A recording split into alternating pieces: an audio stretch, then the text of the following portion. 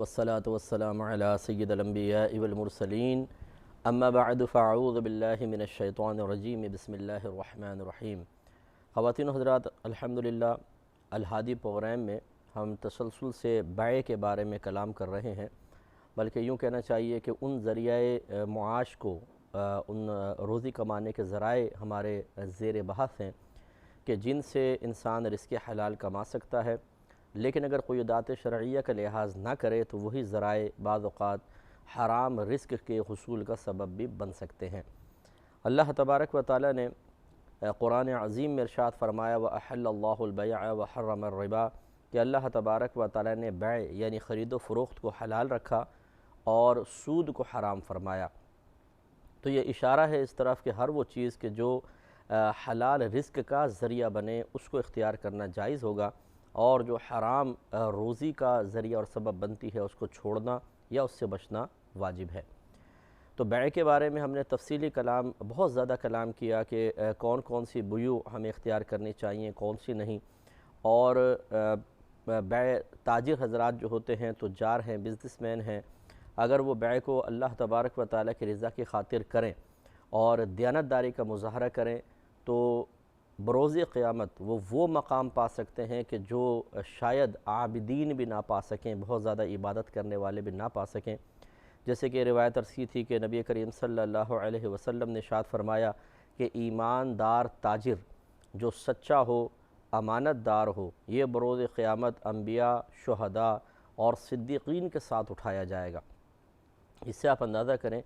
کہ ایک ہم رزق حلال کا ذریعہ اختیار کرتے ہیں جس میں بظاہر ہمارا ہی نفع ہے، کوئی ہم ایسا تو نہیں ہے کہ دین کی مدد کر رہے ہیں، کوئی اور دیگر دین اسلام کی مختلف جو رسومات ہیں یا جو دیگر ضروریات ہیں ان کو پورا کر رہے ہیں، بلکہ اپنی ضرورتوں کو پورا کرنے کے لیے انسان بزنس کرتا ہے۔ لیکن جب وہ دیانتداری کے ساتھ کرتا ہے تو اس کا فائدہ چونکہ صرف اس کی ذات تک نہیں رہتا بلکہ پورے معاشرے پہ اس کے اثرات مرتب ہوتے ہیں، لہٰذا اس کو بہت بڑی عبادت میں شمار کیا گیا ہے۔ اور ایک وہ شخص کے جو ذریعہ آمدنی اس کے پاس کچھ بھی نہیں ہے، ایک کمرے میں بیٹھ گیا ہے اور اللہ اللہ کر رہا ہے، یعنی ذکر الہی کر رہا ہے، عبادات اختیار کر رہا ہے، جیسے بعض ایسے ہی مطلب ہوتے ہیں کہ جو جعلی قسم کے پیر بن کے بیٹھ جاتے ہیں یا صوفی بن کے بیٹھ جاتے ہیں، جعلی نہیں ہوتے لیکن جہالت ضرور ہوتی ہے، اور وہ کوئی کسب نہیں کرتے ہیں، بس بیٹھے رہیں گے، عبادت کر رہے ہیں اور لوگوں سے بات چیت کر لی، لوگوں کے تھوڑے سے مسائل سن لیے، وہ سمجھتے ہیں کہ شاید ہم یہ بہت بڑا کوئی کام کر رہے ہیں، اور پھر وہ اپنے لیے خود ساختہ آخرت کے درجات متعین کر لیتے ہیں کہ اب ہمارا بڑا اونچا مقام ہوگا۔ تو یہ یاد رکھیے کہ کوئی بھی چیز جس کو آپ اخروی لحاظ سے اپنے لیے باعث بلندی درجات سمجھتے ہیں، پہلے قرآن و حدیث سے اس کے لیے دلیل طلب کریں۔ اگر آپ کو دلیل مل جاتی ہے تو پھر ٹھیک ہے، آپ وہ بالکل اس چیز کو اختیار کریں، لیکن اگر دلیل آپ کے پاس نہیں ہے اور خود بس حسن ظن قائم کر کے آپ یہ سمجھتے ہیں کہ اس پہ مجھے یہ انعام مل جائے گا اور وہ انعام مل جائے گا، تو یہ شرعاً درست نہیں ہوتا ہے، بلکہ انہی چیزوں کو اختیار کریں کہ جن کو اللہ تبارک و تعالیٰ نے اپنے حبیب کریم صلی اللہ علیہ وسلم کے ذریعے ہمارے سامنے ظاہر فرمایا کہ انہیں اختیار کرو گے تو یہ انعام ہوگا۔ اللہ کا وعدہ سچا ہوتا ہے،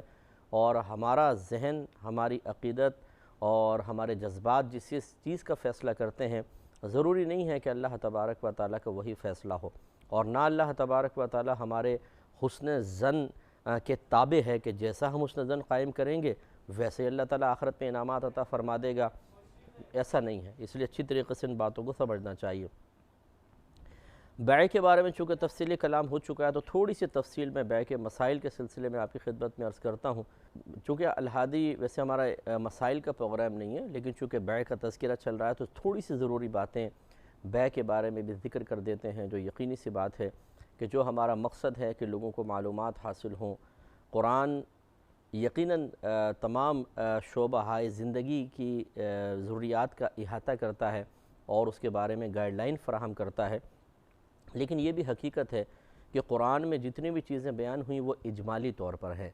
اجمال کا مطلب یہ ہوتا ہے کہ بغیر کسی تفصیل کے کوئی بات ذکر کرنا۔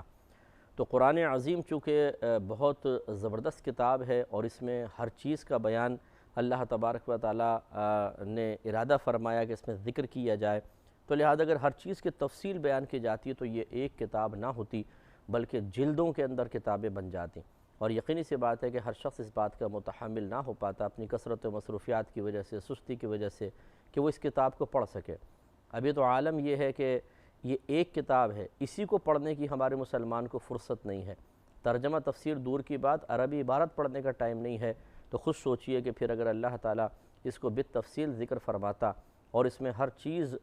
بڑی تفصیل کے ساتھ وضاحت کے ساتھ ذکر ہو جاتی اور یہی کتاب کئی جلدوں میں چھاپی جاتی تو میرے خیال میں تو شاید لوگ خریدتے بھی نہیں کہ جی بہت مہنگی ہے، کون خریدے۔ تو بہرحال اس لیے چونکہ قرآن میں اجمالی بیان ہے، بیع کا ذکر ہے، لیکن بیع کی تمام تر تفاصیل ذکر نہیں کی گئیں، تو تھوڑا تھوڑا یہاں پہ میں ایسا نہیں کہ بہت ہی تفصیل سے ذکر کروں گا انشاءاللہ، لیکن تھوڑے تھوڑے مسائل اس کے بارے میں ضرور آپ سماعت فرمائیں جو بہت بہتر ہے۔ بیع کا مطلب ہوتا ہے مبادلۃ المال بالمال بالتراضی، یعنی مال کو مال کے بدلے میں ایک دوسرے سے لینا دینا باہم رضامندی کے ساتھ، یعنی دونوں راضی ہوں، بیچنے والا بھی خریدنے والا بھی، اور مال کو مال کے بدلے میں لے، تو یہ کہلاتی ہے بیع۔ تو اس میں چند چیزیں ہیں، ایک تو مال ہونا چاہیے، غیر مال کی بیع جائز نہیں ہے، اور ہماری شریعت میں مال کی تعریف یہ ہے کہ مال اسے کہتے ہیں کہ جس کو آپ خرید و فروخت میں استعمال کریں، جسے دوسروں سے بچا کر رکھیں، جس کا ذخیرہ کر کے رکھیں، اور جس کی طرف دل کا میلان محسوس کریں۔ یہ تعریفات مال کے سلسلے میں کی گئی ہیں، جیسے سونا ہے، چاندی ہے۔ پہلے زمانے میں دراہم دنانیر ہوا کرتے تھے، سونے کی اشرفی کو دینار کہتے تھے اور چاندی کے سکے کو درہم کہا جاتا تھا۔ آج کل ہمارے ہاں نوٹ ہیں، تو آپ دیکھیں کہ ان کو لینے دینے میں بھی استعمال کرتے ہیں، دل بھی ان کی طرف مائل ہے، انہیں دوسروں سے بچا کر رکھتے ہیں، ان کا ذخیرہ کرتے ہیں، یعنی بینک بیلنس بناتے ہیں ہم، تو یہ سب مال کہلائے گا۔ اسی طریقے سے گائے، بھینس، بکری، یہ چیزیں مال ہیں۔ پھر مال ہماری شریعت میں دو طرح کے ہوتے ہیں، ایک مال متقوم کہلاتا ہے، ایک مال غیر متقوم کہلاتا ہے۔ متقوم معنی جس کی شریعت کہتی ہے کہ اس کی قیمت آپ رکھ سکتے ہیں، اور غیر متقوم جو مال تو ہوتا ہے لیکن شریعت اس کی قیمت مقرر کرنے کو جائز نہیں قرار دیتی۔ مثال کے طور پہ جیسے گائے، بھینس، بکری ہے، یہ مال بھی ہیں اور متقوم بھی ہیں کہ قیمت لگانے کو شریعت نے جائز قرار دیا ہے۔ لیکن شراب اور سور یہ ہماری شریعت میں مال غیر متقوم ہیں، یعنی اس کو مال تو اس لیے کہا کہ پچھلی شریعتوں میں بہرحال سور کھانا بھی مطلب جائز تھا بعض شریعتوں میں، اور شراب پینا تو ہمارے شروع اسلام میں بھی مباح رکھا گیا تھا، پھر بعد میں منع کیا گیا۔ پچھلی امتوں میں شراب حلال تھی، لیکن نشہ یاد رکھیں ہر امت میں حرام رہا ہے، یعنی اس حد تک شراب کو پی لینا کہ جس سے انسان کی عقل معاف ہو جائے اور ماں بہن کی تمیز بھول جائے، زبان لڑکھڑانے لگ جائے، قدم لڑکھڑائیں، زمین آسمان، آسمان زمین محسوس ہو، صحیح طریقے سے مکمل طور پہ جملے کہنے پہ انسان قادر نہ رہے، یہ حالت نشہ ہے۔ اس حد تک شراب پینا تو پچھلی شریعتوں میں بھی حرام رہا ہے، لیکن بہرحال شراب مباح رکھی گئی قلیل مقدار میں، جیسے شروع اسلام میں۔ اور پہلے زمانے میں شراب کی یقینی سی بات ہے خرید و فروخت بھی ہوتی تھی، لیکن اب اس شریعت میں ہمارے نبی کریم صلی اللہ علیہ وسلم نے سور اور شراب کی بیع سے منع فرما دیا ہے۔ اسی طرح ہمارے ہاں مردار مال غیر متقوم ہے، کہ وہ مال تو ہے مردار لیکن غیر متقوم اس کی قیمت نہیں لگا سکتے ہیں، اگرچہ آج کل مردار بھی بک رہا ہے، اس کی چربی بیچتے ہیں اور آتے ہیں اور سب چیزیں تقریباً اب تو بک رہی ہیں، معاذ اللہ ثم معاذ اللہ مردار کاٹ کے لوگوں کو کھلایا جا رہا ہے۔ اگر کوئی گائے بیل مر جاتا ہے تو لوگوں کو کیا پتہ، وہیں کاٹا اس کو، گوشت بنایا اس کا اور فوراً بازار میں پہنچا دیا۔ یہ خیانتیں تو ہمارے ہاں بہت عام ہیں، اللہ تبارک و تعالی محفوظ فرمائے۔ تو بہرحال یہ مردار بھی مال غیر متقوم ہے۔ اس کا مطلب یہ ہوا کہ جب آپ کسی چیز کی خرید و فروخت کرتے ہیں تو سب سے پہلے تو اس بات کا تعین ہونا چاہیے کہ یہ مال بھی ہے کہ نہیں ہے۔ دوسری بات یہ کہ شریعت اس مال کی قیمت مقرر کرنے کو جائز بھی کہہ رہی ہے یا نہیں، پھر اس کے بعد خرید و فروخت کرنی چاہیے۔ دوسرا ہے مبادلۃ المال بالمال بالتراضی، یعنی ایک دوسرے سے، اب مبادلہ کا مطلب ہوتا ہے ایک دوسرے کو مال دینا، یعنی ایک کے مال کے بدلے میں اپنا مال اور دوسرے کے اپنے مال کے بدلے میں دوسرے کا مال لینا۔ اس مبادلہ کے لفظ سے ہی آپ سمجھ جائیے کہ کہ اس کے لیے کم از کم 2 آدمی چاہیے۔ چنانچہ یہ بھی معلوم ہوا کہ ایک آدمی اپنی ہی چیز نہیں خرید سکتا، کہ وہ خریدنے والا بھی ہو بیچنے والا بھی ہو، یہ شرعاً جائز نہیں ہے۔ اس کی مثال یوں سمجھ لیں، جیسے میرے پاس ایک گلاس پڑا ہوا تھا، آپ نے مجھے کہا مفتی صاحب ایک گلاس خریدنا ہے، ذرا بازار سے اگر لا دیں تو میں نے کہا ٹھیک ہے۔ تو میں نے اسی گلاس کو خرید کر، اب چونکہ مجھے وکیل بنایا ہے آپ نے مجھے خریدنے کا، تو جو وکیل جو کچھ کرتا ہے وہ وکیل کی طرف ہی، یعنی خرید و فروخت کا معاملہ منسوب ہوتا ہے۔ اب میں اسے خرید رہا ہوں اور یہ ہے میرا مال، یہ شرعاً جائز نہیں ہے۔ اسی طریقے سے اور بھی صورتیں بنتی ہوں میں انشاءاللہ، لیکن آگے عرض کروں گا۔ تو خلاصہ کلام یہ ہے کہ دونوں علیحدہ علیحدہ ہونے چاہیے خرید و فروخت کرنے والا، اور بالتراضی کی قید لگا کر کہ وہ دونوں باہم راضی بھی ہوں۔ یہ جو بیع بالجبر ہے ان تمام کو منع کر دیا۔ بعض اوقات گن پوائنٹ پر بیع ہوتی ہیں، کسی کو بلیک میل کیا جاتا ہے، اگر نہیں بیچو گے اپنی زمین تو تمہارے ساتھ ایسا کر دیا جائے گا ویسا کر دیا جائے گا۔ وہ آپ سمجھ رہے ہیں کہ کون لوگ ایسے ہو سکتے ہیں کہ جو اپنی طاقت کے بلبوتے پر لوگوں کو زبردستی اپنی زمینیں بیچنے پر مجبور کر دیتے ہیں۔ اب اگر وہ شخص دل سے راضی نہیں ہے، اس کے خوف کی وجہ سے فقط زمین کو دے رہا ہے، تو یاد رکھیں کہ یہ بیع اسے ختم کرنے کا مکمل اختیار ہے، اور یہ حقیقتاً بیع نافذ نہیں ہوگی، کیونکہ جب تک کوئی راضی نہ ہو بیع نہیں ہو سکتی ہے۔ تو خلاصہ کلام یہ ہے کہ بیع کی تعریف کے مبادلۃ المال بالمال بالتراضی، یہ ہمیں ذہن میں رکھنی چاہیے، اور پھر ہمیں خرید و فروخت کرنی چاہیے۔ بیچنے والے کو بائع کہتے ہیں، کیونکہ لفظ خرید و فروخت کو بیع کہتے ہیں، بیع، تو بیچنے والا بائع کہلاتا ہے، بے الف حمزہ عین، بائع، فاعلن کے وزن پہ بائعن یاد رکھیے گا، اور جو خریدتا ہے اسے مشتری کہتے ہیں، کیونکہ اشتراک مطلب ہوتا ہے خریدنا، تو جو خریدنے والا ہے اس کو مشتری کہا جاتا ہے۔ تو بائع اور مشتری، خریدنے والا مشتری، بیچنے والا بائع ہوتا ہے۔ تو معلوم یہ ہوا کہ خرید و فروخت کرنے کے لیے ایک بائع چاہیے اور ایک مشتری چاہیے۔ اب بیع جو ہے وہ 2 طرح ہوتی ہے، ایک قول کے ساتھ ہوتی ہے اور ایک صرف عمل کے ساتھ ہوتی ہے۔ اگر بیع قول کے ساتھ ہو، جیسے پہلے زمانے میں اکثر ایسے ہی ہوتا تھا کہ مطلب باقاعدہ جملہ ادا کرتے تھے، بعتو میں نے بیچا، دوسرا کہتا تھا اشتریتو میں نے خریدا، تو قول کے ذریعے جو بیع ہوتی ہے اس کو بیع بالقول کہہ دیتے ہیں، اور ایک ہوتی ہے عمل کے ذریعے بیع ہونا، جیسے آج کل ہمارے ہاں ہوتا ہے کہ ہم کہتے ہیں یہ چاول کیسے دیا ہے، 1 کلو دیجیے گا، 1 کلو چاول، بس وہ چاول دیتا ہے، جب ہم لیتے ہیں اس ٹائم کچھ نہیں بولتے، لیا اور پیسہ دیا اور آ گئے۔ یعنی اس وقت ہم یہ نہیں کہتے کہ چاول لیتے ہوئے وہ شخص کہہ رہا ہو بعتو یعنی دیتے ہوئے، اور ہم لیتے ہوئے کہہ رہے ہیں اشتریتو، ایسا نہیں ہے، اس طرح کے جملے ہم نہیں بولتے ہیں۔ تو یہ جو بیع ہے یہ بیع تعاطی کہلاتی ہے، اگر یاد رہے، تے عین الف طا یا، یہ کتابوں میں لکھا ہے بیع تعاطی، یعنی عمل کے ذریعے بیع ہو گئی ہے۔ دونوں طریقے جائز ہیں، اس میں ایسا نہیں ہے کہ اگر آپ نے زبان سے نہیں بولا تو بیع نہیں ہوگی۔ نکاح میں اور بیع میں یہ فرق ہے، اگر نکاح میں لڑکی سے اجازت لی اور وہ خاموش رہی تو یاد رکھیں کہ یہ اجازت نہیں مانی جائے گی۔ ہاں اگر اس نے مطلب دستخط باقاعدہ کر دیے، بچی کے سامنے نکاح نامہ رکھا کہ بھئی آپ راضی ہیں، اجازت دیتی ہیں، وہ کچھ نہیں بولی، سامنے نکاح نامہ رکھ دیا، اس نے اس پہ سائن کر دیے، تو یہ سائن بھی اجازت نامہ ہے۔ تو خلاصہ کلام یہ ہے کہ بچی کے لیے الگ مسئلہ ہوتا ہے۔ ہاں اگر کنواری بچی ہے، شرمیلی ہے، وہ خاموش رہی، سائن بھی نہیں کیا، تو اس کی خاموشی بھی رضا کی علامت کہی گئی ہے۔ لیکن بہرحال جہاں پر ایسا کوئی رسم و رواج ہو،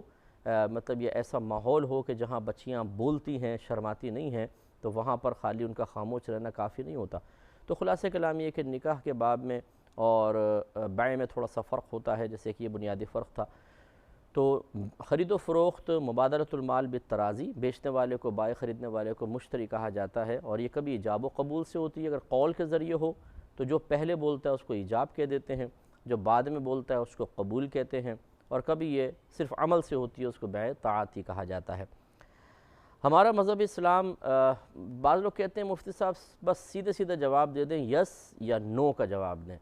ایسا نہیں ہوتا ہے۔ ہر چیز میں صرف یس یا نو نہیں ہوتی، بلکہ ہمارا مذہب ہر چیز کی تفصیل ذکر کرتا ہے۔ کچھ کنڈیشنز کے ساتھ یس ہوتا ہے، کچھ کنڈیشنز کے ساتھ نو ہو جاتا ہے، کچھ کنڈیشن کے ساتھ ہم کسی چیز کو جائز کہتے ہیں، کچھ کو ناجائز کہتے ہیں۔ ہماری عوام سمجھ نہیں پاتی، وہ سمجھتے ہیں کہ بس کچھ شرط وغیرہ کچھ بھی نہیں ہوتی، بے شتر مہار بس جو کام کرنا چاہو کر لو، ایسا نہیں ہوتا ہے۔ جب آپ شادی بیاہ کرتے ہیں تو کیا بس بھئی یہ لڑکا ہے یہ لڑکی ہے، ٹھیک ہے جی چلو جی شادی ہو گئی، ایسا تو نہیں کرتے۔ کتنی شرائط اس میں بھی طے کی جاتی ہیں، لڑکا کیا کام کرتا ہے، لڑکا باروزگار ہونا چاہیے، نیک ہونا چاہیے، کوئی غلط قسم کی ایکٹیویٹیز میں نہیں ہونا چاہیے، لڑکی کا خیال رکھے گا جی، نان نفقہ دے گا، پھر بچی کے ساتھ شرائط۔ خلاصہ کلام یہ ہے کہ جب زندگی کے یہ وہ شعبے کہ جو ہم مطلب دو خاندانوں کو ملانے کے لیے جن شعبوں میں ہم ورک کر رہے ہیں، اور دیگر بہت ساری چیزیں جیسے سکولز وغیرہ میں بچے جاتے ہیں، ہاسپٹلز میں ہم لوگ جاتے ہیں، ہر جگہ کچھ نہ کچھ کنڈیشنز، کچھ شرائط ہوتی ہیں اور ہم ان کو مانتے ہیں، ہم ان قوانین کو فالو کرتے ہیں۔ اسی طریقے سے خرید و فروخت کے بھی کچھ قوانین ہوتے ہیں۔